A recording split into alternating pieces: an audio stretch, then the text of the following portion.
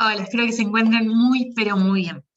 En la clase de hoy vamos a estar analizando algunos de los conceptos introducidos en sociología por el filósofo y sociólogo Alfred Stutz, pero también vamos a estar hablando sobre dos conceptos importantes de sociología, que son el rol y el estatus social.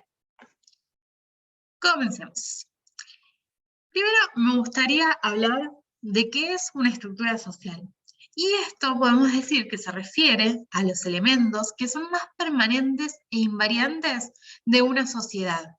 Y entre estos elementos de una estructura social vamos a encontrar, por un lado, un conjunto o totalidad, es decir, todos nosotros. Pero también vamos a encontrar a las partes individuales del conjunto, es decir, cada individuo separado que a su vez va a conformar ese conjunto. Y también podemos hablar de los roles o las posiciones y las normas que van a ordenar el comportamiento de la vida en sociedad. En el mundo de la vida, cada persona interactúa con otras personas y con el medio que lo rodea en una forma que está pautada. Puede intervenir y con esas intervenciones puede modificar su entorno, pero a la vez su entorno va a influir en su forma de ser. El comportamiento que va a tener esa persona va a depender de su situación biográfica, de su contexto sociohistórico y de las interacciones con otras personas. La sociedad influye en él, podemos decir, y él a su vez influye en la sociedad en la que está inmerso. Alfred Stutz, como dijimos, fue un sociólogo y filósofo austríaco que se propuso estudiar la sociedad a partir de las interacciones que tienen los individuos dentro de la estructura social. Y para eso introdujo el método fenomenológico. ¿Qué es esto? Es incorporar la duda filosófica, la duda sistemática que proponía Descartes para pensar la filosofía, pero en el análisis sociológico. Así, de esta forma, podía dejar de lado las creencias del sentido común que nulan la vista, ¿sí? O sea, esto quiere decir que se pregunta por todo lo que sucede.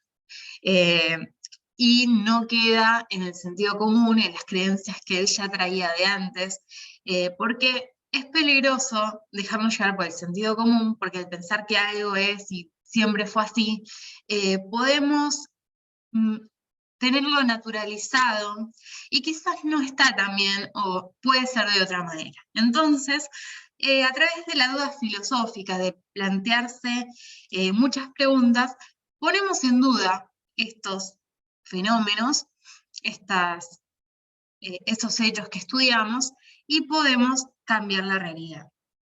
Entonces, se propuso estudiar a cada individuo, pero considerando que está inmerso en un mundo externo a él, que tiene leyes que lo rigen y que su subjetividad, su forma de ser, se ve influida también por el lugar y el tiempo en el que vive y por las personas con las que se relaciona. Yo te voy a decir que los individuos tienen experiencias previas que están guardadas en lo que va a llamar repositorio, que vendría a ser como una especie de archivo en el que vamos acumulando vivencias y que se va ampliando con cada nueva vivencia. Y este repositorio me permite construir mi subjetividad. Y bueno, y a cada uno le permite construir su propia subjetividad. O sea, a partir de todas sus vivencias que va acumulando, todo lo que sabe, va a modificarse a sí mismo. Y podríamos decir que el aquí y ahora, lo que me pasa, lo que estoy haciendo, contiene todas las vivencias de un aquí y ahora que fue anterior a esto. O sea, tengo todo un bagaje de conocimiento, un montón de ideas y conocimientos previos que voy a traer al presente. Entonces, ya lo que digo por ahí no me parece tan extraño, tan nuevo, porque ya viví algo similar o ya viví esto, ¿sí? Entonces, a través de la reflexión, puedo traer vivencias al presente que producen como un quiebre en el tiempo cronológico. Debo decir que la persona que está pensando, o sea, yo en este momento, soy yo. Pero estoy reflexionando sobre lo que me pasó y que ese yo anterior podría llamarse mí. todo lo que voy a hacer en este momento, todas mis acciones serían, va a ser lo que yo haga, pero puedo pensar en lo que yo ya hice, que serían todos mis actos pasados, ¿sí? Y es como que lo puedo traer a mi aquí y ahora a través de la reflexión. Por eso dice que rompe el tiempo cronológico, porque puedo traer vivencias del pasado, reflexionar sobre eso que viví, y puedo pensar, eh, puedo quizás pensar que me podría llegar a pasar mañana. No voy a saber con exactitud lo que me va a pasar mañana, pero sí puedo como planificar que sea así o no una situación. Eh, entonces, también podemos decir que el aquí, donde estoy, se define porque voy a reconocer un otro que está allí, o sea, el otro que es diferente a mí. Y este sujeto está sometido como yo a la intersubjetividad, que construye una característica propia del mundo social. Es decir, nos relacionamos unos con otros. Y el sujeto va a percibir sus actos y puede percibir los actos de los demás en esta intersubjetividad en la que estamos inmersos. Entonces, la intersubjetividad nos sirve para la vida cotidiana, porque al percibir al otro, nos damos cuenta de que tenemos códigos comunes. Por ejemplo, hablamos el mismo idioma y nos influimos, nos dejamos influir, compartimos ciertas actividades, construimos, digamos, una vida en sociedad. Por otro lado, me gustaría traer en este video dos conceptos que son muy importantes para las clases que van a venir, que son el concepto de rol y el concepto de estatus.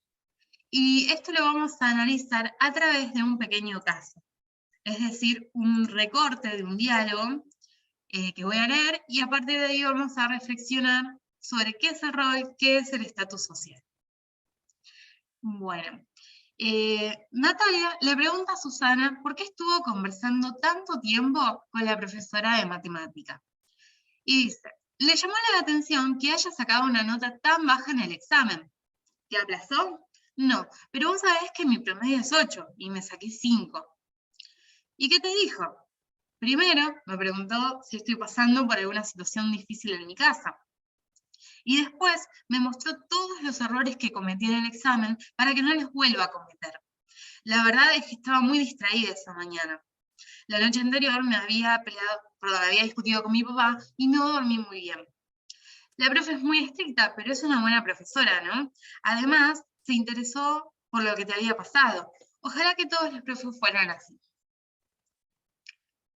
Bueno, entonces, a partir de esta situación, podemos pensar que en la vida social, hay ciertas conductas que tienen los individuos que suelen ajustarse a algunas regularidades definidas por la posición que estos ocupen en determinada posición social y dentro de un contexto determinado.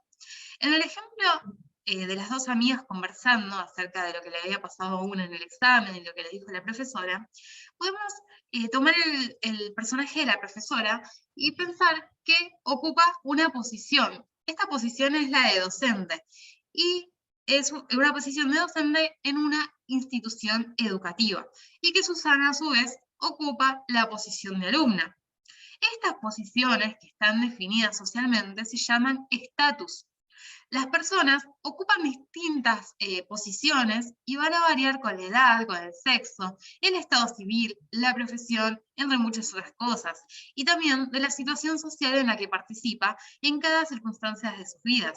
Por ejemplo, la profesora en el colegio en este momento está cumpliendo la posición de docente, o sea, el estatus de docente, pero en su casa puede ser madre, entonces si tiene hijos va a cumplir la posición de madre, puede ser esposa, en un grupo de amigas va a ser amiga, ¿sí? Compañera de trabajo en la escuela, también con sus otros colegas docentes. Entonces, el estatus se define socialmente, tiene que ver también con los estatus de los demás. O sea, el estatus se define también en relación de un otro, porque para que sea por ahí la profesora docente va a necesitar otras personas que sean sus alumnos, ¿sí? Y podríamos decir además que a cada estatus le corresponde un conjunto de conductas esperables que también están definidas socialmente. Y este conjunto de comportamientos lo vamos a denominar rol. El estatus y el rol forman una unidad. El estatus hace referencia a la posición, ¿sí? Mientras que el rol hace referencia a la gama de conductas esperadas para cada estatus. Es decir, puede que al tener estatus de profesora, su rol también sea de profesora, ya sea porque va a corregir, va a explicar, ¿sí? Y se puede afirmar entonces que el rol es la puesta en práctica del estatus. Y por este motivo se dice que la persona ocupa un estatus y desempeña un rol. Debido a la unión entre ambos conceptos, es habitual referirse al concepto de estatus-rol. Podría ser que la profesora en un momento no esté cumpliendo el rol de profesora, aunque esté en la escuela, por ejemplo, no sé, si se sienta con los pies en el escritorio y se pone a ver una película sin prestarle atención a sus alumnos, es como que el rol que está haciendo en ese momento no es precisamente el de profesora, aunque todos esperen que actúe como profesora, que desempeñe su rol de profesora. También podemos decir que, tomando el tema del concepto de estatus, que el estatus se caracteriza por determinados derechos, obligaciones, funciones y expectativas de desempeño. Es decir, que hay ciertas conductas que son esperadas para ese estatus. Entonces, podríamos decir que la profesora del caso analizado cumple algunas conductas que son correspondientes a su estatus rol de profesora y son comunes a todos los docentes, como por ejemplo corregir, enseñar, tomarse una prueba, pero que también puede tener otras conductas que corresponden a sus propias características personales, a su propia subjetividad. Y por eso se interesa por saber qué afectó el desempeño de su alumna. Quizás a otro docente está en su estatus rol de docente, pero no se le ocurre preguntarle si le pasó algo ese día y por eso no rindió de la misma manera que lo hacía habitualmente. Para terminar, me gustaría diferenciar dos tipos de estatus muy importantes. Por un lado, tenemos los estatus que son adscriptos y por otro lado los adquiridos. Podemos considerar estatus adscriptos a las posiciones sociales que están definidas por la edad, por la familia, por ejemplo, la familia que nació la persona, por su sexo, por otras características que se definen a partir del nacimiento o bien que son heredadas. Por ejemplo, ser mujer, ser hombre, ser joven, ser anciano, ser padre, ser madre, hijo, nieto. Esos son, por ejemplo, estatus adquiridos, ¿sí? Todo esto.